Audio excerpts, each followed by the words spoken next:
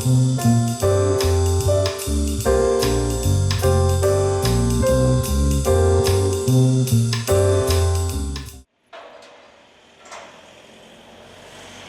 conozco a Viajes de Gala, lo que es a Belén, por mediación de un grupo que hay de ocio en Facebook, que se llama Divermamis.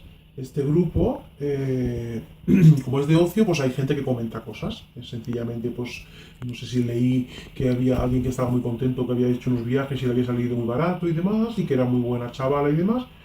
Y nada, y de esta manera me pongo en contacto con ella. Nada, hace como 9 años ella era trabajadora para una agencia en el centro y allí la conocí porque trabajaba cerca de ella. Y cuando se independizó, pues decidí empezar a viajar con ella y no tenía ningún problema hasta ahora. Que lo de mi viaje fue en mayo y claro, eran excusas y excusas y ya en octubre dije, bueno, a ver, esto o me está estafando o algo está mal.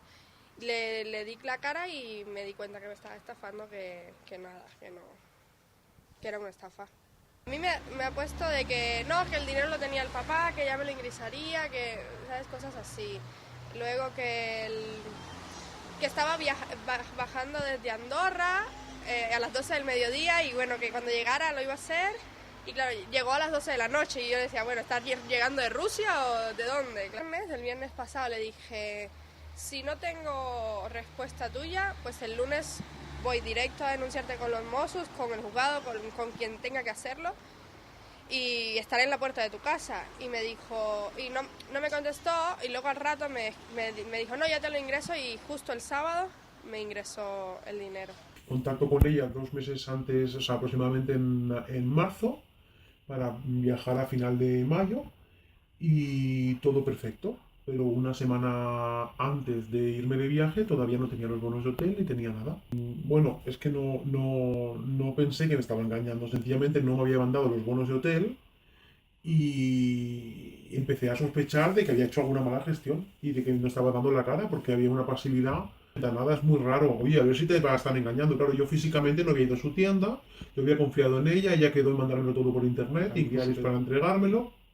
Bueno, una serie de cosas que no es que me hagan sospechar de ella, pero esa pasividad que tenía no me acababa de cuadrar. Entonces ya me empecé a poner muy nerviosa, empezó a mandarme bonos.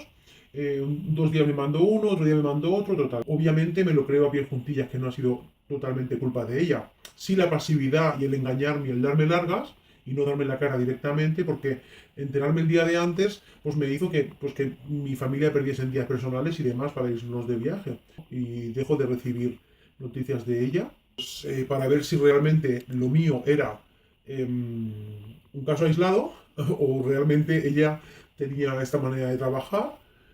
Y cuando descubro que la han echado del grupo, que hay mucha gente descontenta, hay otras personas que están muy contentas, y aquí es cuando realmente empiezo a sospechar que a ella le devuelven mi dinero y ella se ha gastado mi dinero, porque todos son excusas de me han operado de un tumor, pantallazos de te ingresan el dinero, qué raro que no tengas el dinero, me hace bajar 200 veces al banco. De hecho, a mí ya me ha pagado, ¿vale? Porque cuando me pongo a denunciar en el grupo es cuando ella se pone en contacto conmigo, pues supongo que tiene conocidas en el grupo que le dirían, pues eso, que la estaba denunciando públicamente, una cosa que le iba a perjudicar directamente porque había mucha gente que no sabía ni que ella no estaba en el grupo.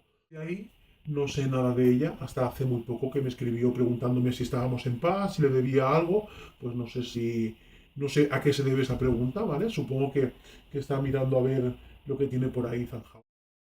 Que cuenten su historia porque, a ver, es muy triste que tú pasas un año entero reuniendo para viajar con tu familia y te estropeen tus vacaciones, porque cuesta muchísimo esto.